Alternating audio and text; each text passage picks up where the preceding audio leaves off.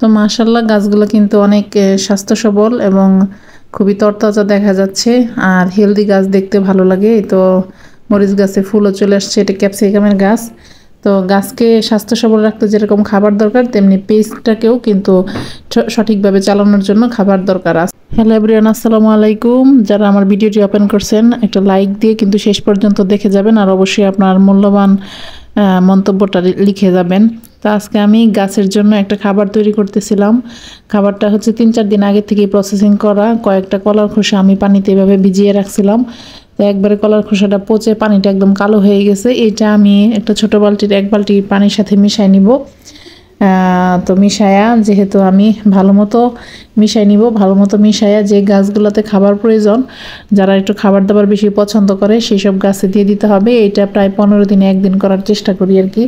এভাবে দিলে কিন্তু গাছ খুবই স্বাস্থ্য সবল হয়, তরতাজা হয়। যারা গাছ পছন্দ করেন বারান্দায় অথবা ছাদে যারা গাছ লাগান অথবা আপনাদের গাছটা হচ্ছে বেশি তরতাজা হচ্ছে না, তারা কিন্তু এই খাবারটা দিয়ে দেখতে পারেন 15 দিন পর পর। আর এটা একেবারেই অর্গানিক উপায়ে জৈব সারের মতো, এটাতে কোনো সাইড ইফেক্ট নাই, গাছের কোনো ক্ষতি হবে না, এটা বরং গাছের জন্য ভালো। আর এই তো দেখেন মানি প্ল্যান্টটা আমার কত তরতাজা হয়েছে, সবগুলো গাছই এটা দিলে খুবই ভালো হয়। আর মানি প্ল্যান্ট একটু রোদে রাখলে কিন্তু এটা আরও বেশি স্বাস্থ্য সবল হয়।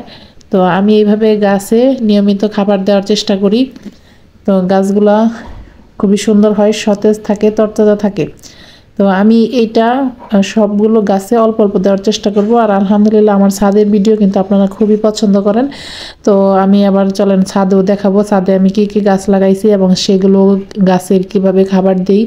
প্রতিটা জিনিসেরই কিন্তু আসলে যত্নের প্রয়োজন। গাছের যেরকম যত্নের প্রয়োজন তেমনি আমরা যারা পেজ চালাই আমাদের পেজেরও কিন্তু একটা নির্দিষ্ট সময় পর পর কীভাবে মেনটেন করতে হবে তারও কিছু টিপস অ্যান্ড ট্রিক্স আজকে সবাইকে বলে দিব। যারা নতুন আছেন আশা করি সকলের উপকার হবে। তো ভিডিওটি কিন্তু শেষ পর্যন্ত দেখে যাবেন, শুনে যাবেন, তাহলে আশা করি যারা নতুন আছেন তাদের অনেকের উপকার হবে। তো আমরা যখন একটা পেজ খুলি তখন আমরা প্রথমেই ফলোয়ার কেন 5000 হচ্ছে না সেটার জন্য একদম অস্থির হয়ে যায় এবং আমাদের ভিডিও কোয়ালিটির দিকে আমাদের কোনো মনোযোগ থাকে না। আমরা মনে করি কয়েকটা ভিডিও একসাথে ক্লিপ একসাথে লাগাই দিলাম মানে এটাই তো ভিডিও সুন্দর হয়ে গেল, কিন্তু না, ভিডিও কোয়ালিটি মানে আর অনেক কিছুই আছে। ভিডিও এডিটের জন্য আলাদা অনেক কিছু শিখতে হয়। সবচেয়ে সুন্দরভাবে কিভাবে আপনি এডিট করবেন এবং কিভাবে আপনার ভিডিওগুলো দেখতে সুন্দর হবে, আকর্ষণীয় হবে, মানুষ হচ্ছে দেখার আগ্রহ নিয়ে দেখবে, সেই মানে ট্রিক্সগুলো কিন্তু আপনাকে জানতে হবে, জেনে বুঝে কাজ করতে হবে। আর যারা শুরু থেকে জেনে বুঝে কাজ করবেন তারা কিন্তু পেজ নিয়ে খুব তাড়াতাড়ি সফল হতে পারবেন। তো এই তো আমি আমার বারান্দার সবগুলা গাছে মোটামুটি দিয়ে দিলাম। তো এবার আমি চলে আসছি কিন্তু ছাদে। তো এই খাবারটা কিন্তু আমি ছাদের সবগুলো গাছে দিতে পারবো না, মানে অল্প কয়েকটা গাছে দিতে পারবো, কারণ এখানে পরিমাণে খুবই কম আছে। এটার সাথে পানি মিশিয়ে আমি এই যে পুঁইশাক গাছে দিয়ে দিব। আর পুঁইশাক গাছগুলো তো আগেও আপনারা বিভিন্ন ভিডিওতে দেখছেন। আমার পুঁইশাকগুলো কিন্তু বেশ স্বাস্থ্য সবল এবং সবুজ। তবে আমি খাবার রেগুলার দিতে পারলে আরও বেশি ভালো হইতো, অনেক সময় দেওয়া গ্যাপ হয়ে যায়। তো আমি এইভাবে কিন্তু পুঁইশাকের গাছে দিব, কিছু লাউ গাছে দিয়ে দিব। আর হচ্ছে মানে ছোট ছোট কিছু চারা এনে লাগাইছিলাম, কয়েকদিন আগে একটা ভিডিওতে দেখাইছিলাম। বাজারে গিয়ে আমি কিছু সবজির চারা কিনেছি, তো ওই চারাগুলো তো দিয়ে দিব। এগুলো যদিও ছোট, যেমন বেগুনের গাছ, লাউয়ের গাছ, এগুলো আমি লাগাইছি। তো এই গাছগুলোতেও প্রথম থেকেই আমি খাবারগুলো দিয়ে দিব যেন গাছগুলো খুব তাড়াতাড়ি স্বাস্থ্য সবল হয়ে যায়। তো লাউ গাছগুলো কিন্তু মাশাআল্লাহ এই যে দেখেন কি সুন্দর চমৎকার হচ্ছে। তো মোটামুটি আমার মাটির সাথে প্রথমে মিশিয়ে গেছে, মানে ওরা অ্যাডজাস্ট করতে পারছে আর কি পরিবেশের সাথে। যাই হোক, পেজের কথা বলতেছিলাম।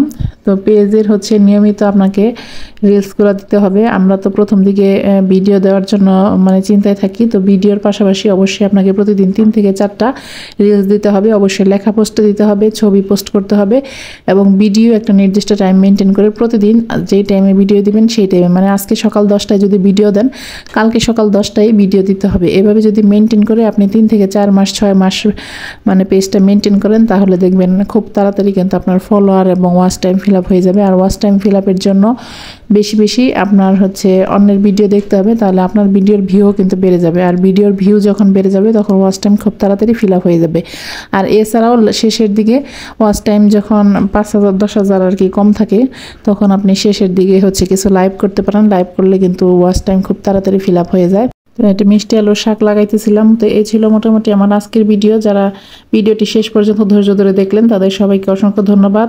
ভালো লাগলে কিন্তু অবশ্যই লাইক, কমেন্ট এবং শেয়ার করে পেজের পাশেই থাকবেন। আল্লাহ হাফেজ সবাইকে।